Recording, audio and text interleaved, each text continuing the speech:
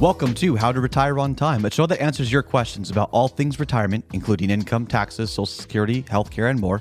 This show is an extension of the book, How to Retire on Time, which you can grab today on Amazon or by going to www.howtoretireontime.com.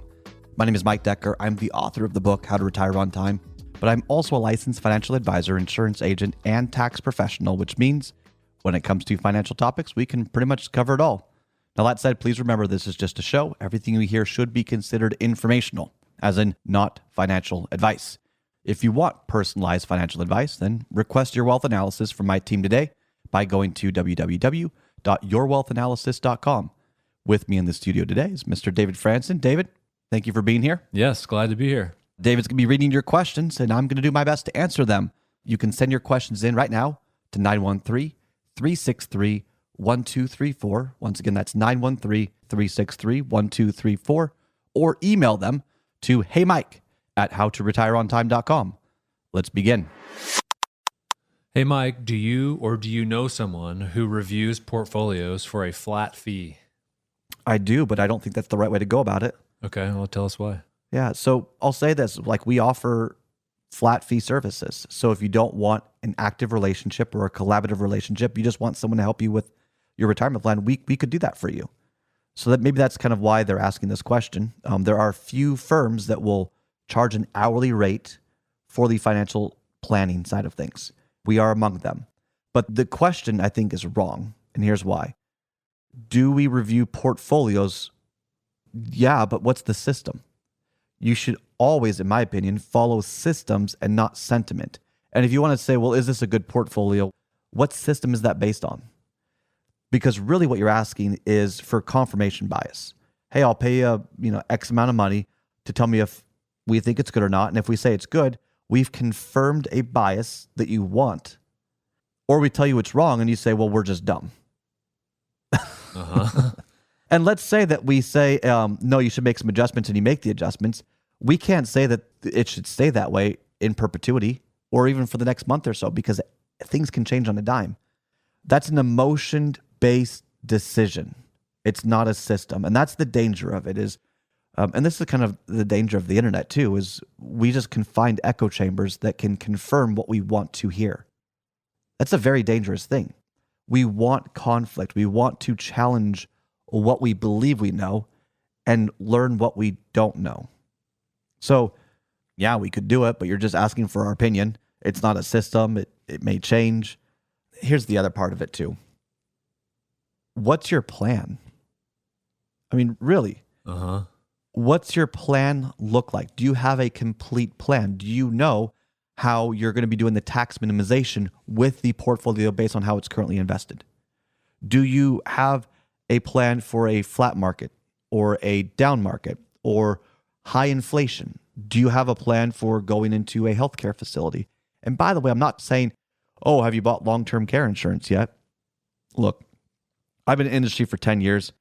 I've never actually sold a policy because the reality is those who can afford it don't need it, in my opinion, and those who need it can't afford it. Right. But you still need to plan around that. Do you have enough in the portfolio that if you were to need it, is there enough cash that you can tap into for long-term care facilities for a couple of years?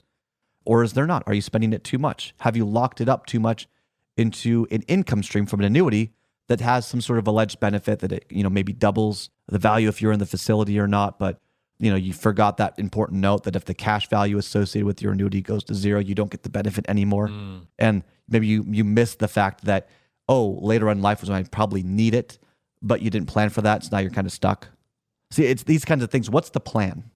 How did you do your tax planning and tax minimization? How did you account for your RMDs in the future? Where's that going to come from? Saying, well, hey, do I have a good portfolio? It's an incomplete question because it's not about finding the perfect investments. It's what's the lifestyle look like? What do you want your plan to look like? And then what strategies do you want to implement to make your plan more efficient? For example, the zero tax bracket is probably not in your best interest. People don't realize that. Because it sounds so good. Yeah, we want to be sold this idea of, this guy's going to help me get to the zero tax bracket, and now I'm not going to pay the government anything else. Stick it to him. Well, okay. How large of a price tag do you want to pay?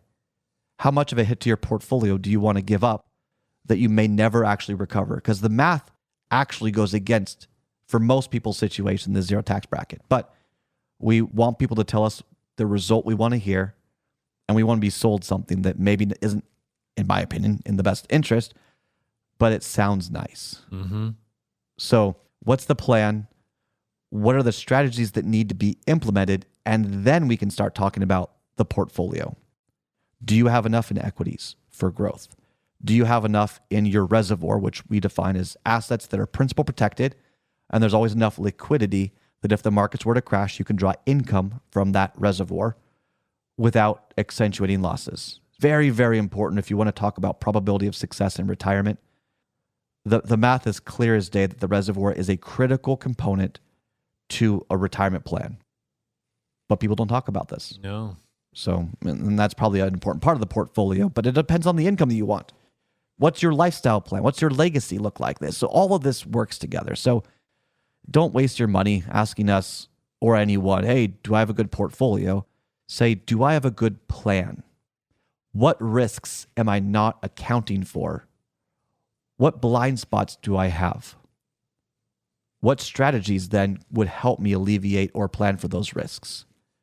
Explore it from a comprehensive standpoint. It's just too many people think they have a good portfolio when it really is just a bunch of random stocks that they believe will grow. People that work in one sector really believe in that sector. If you work in tech, you probably love tech and have a lot of tech in your portfolio. Mm-hmm. If you work in the energy sector, you probably have a lot of energy stock because maybe you think you have some sort of edge on the competition. You know where energy is going. You know where tech is going. You understand it. No one else does. Well, I can assure you that's just not true. Those are biases that can influence investment decisions.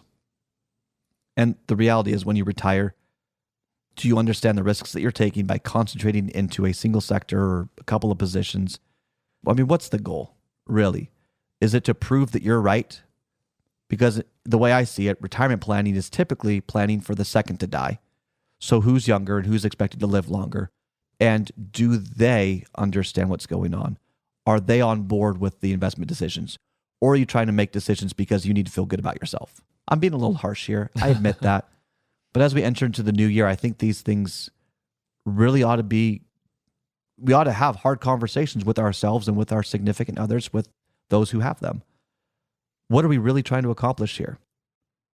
Your money has a purpose. Don't fall for the echo chambers who tell you what you want to hear, the investment groups where it's fun to talk about the next big stock. I can assure you that Wall Street has already made those adjustments and you're late to the game. If you're just reading about it, it's already been priced in. We want to create realistic expectations and have honest conversations. We want to follow systems, not sentiment. We want to follow principles first and then let the preferences be second. What's your system? What's your plan look like? And are all parties involved on board with that? I think that's really the question that needs to be asked here, not is my portfolio good? Let's be more expansive about it. That's all the time we've got for the show today. If you enjoyed the show, consider subscribing to it wherever you get your podcast. Just search for How to Retire on Time. Discover if your portfolio is built to weather flat market cycles or if you're missing tax minimization opportunities that you may not even know exist. Explore strategies that may be able to help you lower your overall risk while potentially increasing your overall growth and lifestyle flexibility. This is not your ordinary financial analysis. Learn more about Your Wealth Analysis and what it could do for you regardless of your age, asset, or target retirement date. Go to www.yourwealthanalysis.com today to learn more and get started.